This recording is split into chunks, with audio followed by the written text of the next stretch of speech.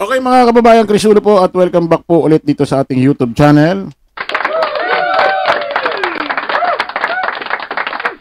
Okay mga kababayan, mga ka-analyze, pag-usapan ho natin itong ating number one nating senador sa kasaysayan ng Pilipinas. Pinakamarami, pinakamalaking nakuwang boto ho sa kasaysayan ho ng botohan dito sa Republika ng Pilipinas. Magmula ho ng binuo ang sandaigdig. Walang iba kundi si Senador Robin Padilla. Palakpakan natin. Ano ba ginagawa mo dyan? Alam mo kaya ginagawa ni Senador Robin? Alam niyo mga kababayan, sabi ni Senador Robin Padilla, kapag to inaresto ng ICC si Bato de la Rosa, ay samahan ko sa kulungan. Oo, kasi isa rin ako sa nakipaglaban sa war on drugs. Sila ni Tatay Digong, pag nakulong samahan ko sila abroad pa, sanay naman tayo makakulong. Masarap naman ang pagkain dyan. Ngayon, mga kababayan, hindi naman nagagawa rin siyempre nga naman, salita lang yun, buladas lang yun. Ba't naman ikukulong si Senador Robin Padilla dyan? Diba? Unang-una, wala naman siyang kaso na crimes against humanity. Bakit siya papapasukin sa kulungan? At hindi mo rin masasamahan si Digong sa kulungan. Bakit? Ang selda dyan, isang tao, isang kwarto. Hindi naman pwedeng may kasama. Di ba? Kaya yung mga buka-buka nito ni Senador Robin Padilla, ano lang yun? Buladas lang, pang-utulang sa mga DD shit. Masarap lang pakinggan sa tenga kung ikaw ay isang follower nila DDS ka. Pero in reality, hindi naman mangyayari yun. Hindi naman mangyayari. Kahit nga halimbawa makulong ang tatay at nanay mo kung sino mang kaanak mo. Pag sinabi, kulong nyo ako, samahan ko yung minamahal ko sa buhay tatay nanay ko. Hindi ka rin papapasukin isipin mo, papapasukin ka ng polis doon sa presinto? Doon sa kulungan? Anong kaso? Ba't ikukulong ka? Diba? Ang maganda niyan, gumawa ka muna ng na ikakukulong mo. Doon ka ikukulong. Ito mga kababayan, hindi rin naman niya nasasabahan si Digong sa dahig. Dito sa loob ng ICC court. Lagi lang nasa kalsada, biyahe rito, naglalakad, nagla-live. Ewan ko, vlogger na yata. Naging vlogger na. Si Robin Padilla parang naging yung tourist vlogger. Or naging parang yung mga nagpupunta sa iba't ibang bansa. Mga nagbablog. Ngayon mga kababayan, biyahe rito, lakad dito, lakad doon, nagla-live. Para mapakita niya lang na sinasamahan niya si Tatay Digong niya. Ito na, nangyari. Nako, nasangkot to sa aksidente. Basahin natin.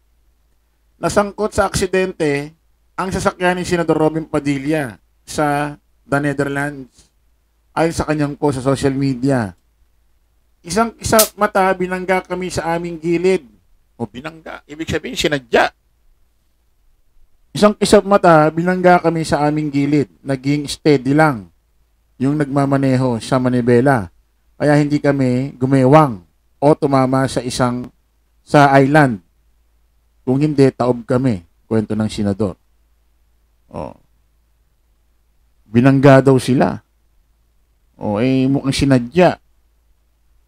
Nako, Senador Robin, baka hindi mo masabi baka may kumukursunada na sa'yo dyan. Hindi mo masabi. Sa akin lang mag-ingat ka, Sir Senador. Baka may gusto ng umano sa'yo dyan. Hindi mo masabi, baka may gusto ng tumira sa'yo dyan or bumanat. Isipin mo napaka-coincidence naman na artista ka, senador ka. Tapos nandiyan ka para suportahan mo si Digong. Tapos biglang may magbabangga sa sakyan ninyo. Isang iglap, binangga kayo bigla. Walang update kung nahuli or ano ba yan? Huminto ba yung bumangga? Kumpletuhin mo kasi yung yung report mo, yung kwento mo, yung vlog mo. Ano ba? Hinabol ba? Nahuli? Usabang huminto? Nakinegosasyon ba sa inyo? O O pagkabangga, kasi ang kwento niya, binangga daw sila bigla. So, binangga eh. O, sinadya. O, tapos biglang tumakbo ba? Hit and run ba? Ano bang ano? Update mo kasi kung binangga kayong biglaan, tapos hindi kayo hinintuan, biglang umalis, aba questionable yun. Kumbaga nakakapagduda yun. O, baka target ka niyan. Hindi mo sabi, baka pinagpaplanuhan kang, wag naman ha, baka pinagpaplanuhan kang patayin. Oh. Bagay, artista to, magaling umilag to eh. Diba? Parang ang dating kasi ng kwento niya, parang sinadya eh. Oh. Sabi, isang kisap mata binangga kami sa aming gilid. Binangga raw sila eh. Oh. Naging steady lang. Yung nagmamaneho, yung driver niya. Oh. Sa manibela. Kaya hindi kami gumayong. Siguro markila siya ng driver or ng sasakyan. Kasi siguro yung license natin dito sa Pilipinas, baka hindi naman ino-honor dyan. Kaya kukuha siya ng dapat na lehitimong driver dyan na ang license sa lugar ng Netherlands. Yung license doon umiiral sa gobyerno ng Netherlands.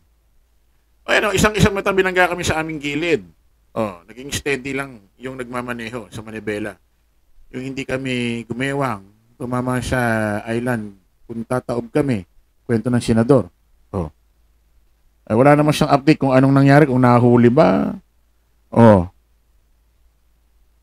Basahin ho natin yung mga nag-comment dito sa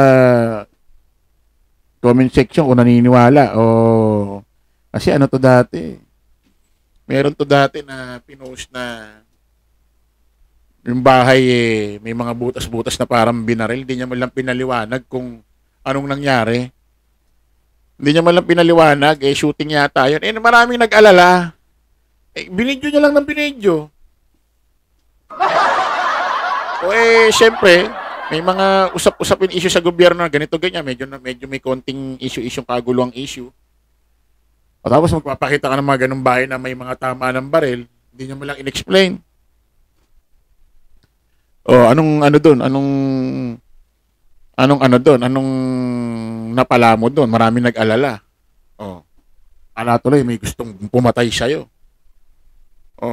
Ngayon kaya, excuse me, ngayon kaya maniniwala pa kaya yung mga nanonood sa'yo? Ano sabi dito? Ito, basahin natin ha. Baka kala nyo mag-iimbento tayo. Total, naka-public naman ito. Banggitin natin yung pangalan.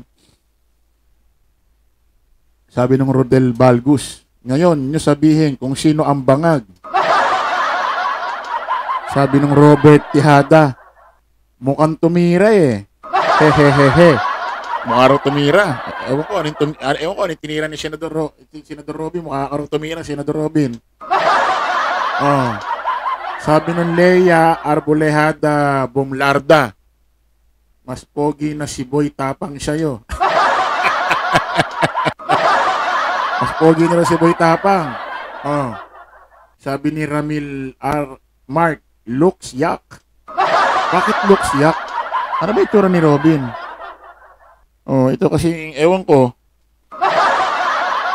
Ano ba kasi nangyayari sa mukha mo, Senador Robin? Parang habang tumatagal, parang nagiging, sorry Senador parang nagiging untidy mo tignan. Parang hindi na tulad dati na neat, na tinatawag na neat and clean. Parang ano na yung, ano ba nangyayari nga sa'yo? Ba't parang ang tidy na nga tignan. Haba ng buhok, haba ng bigote. Ano ba yan? Naturing nga senador. Although wala namang kinalaman ng buhok, although wala namang kinalaman ng bigote sa pagiging senador mo.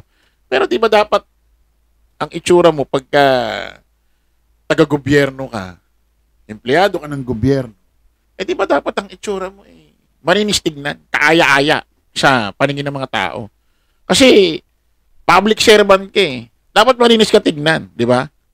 Ako nga, vlogger lang, tignan mo, ahit na ahit to. Vlogger lang yan. Ikaw pa senador ka. Taga-gobyerno ka, empleyado ka ng gobyerno. Ano ba yan?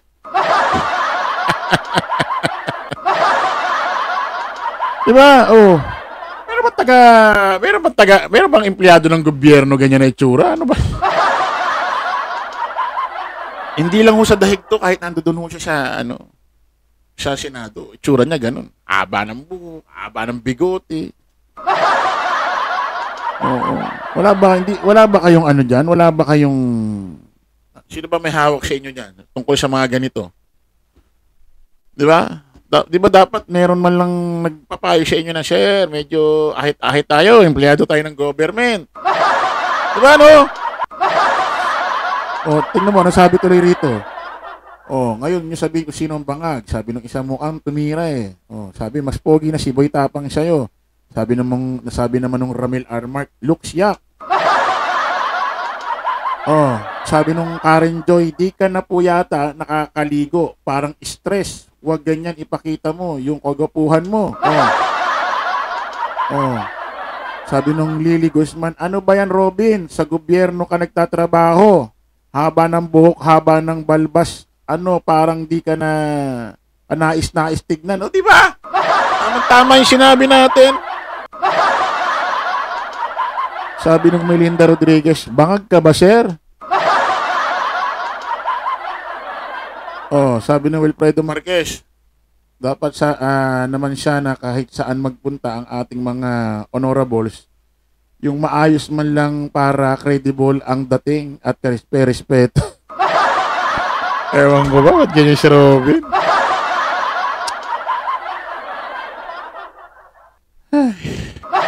Baka buntong hininga ka na lang.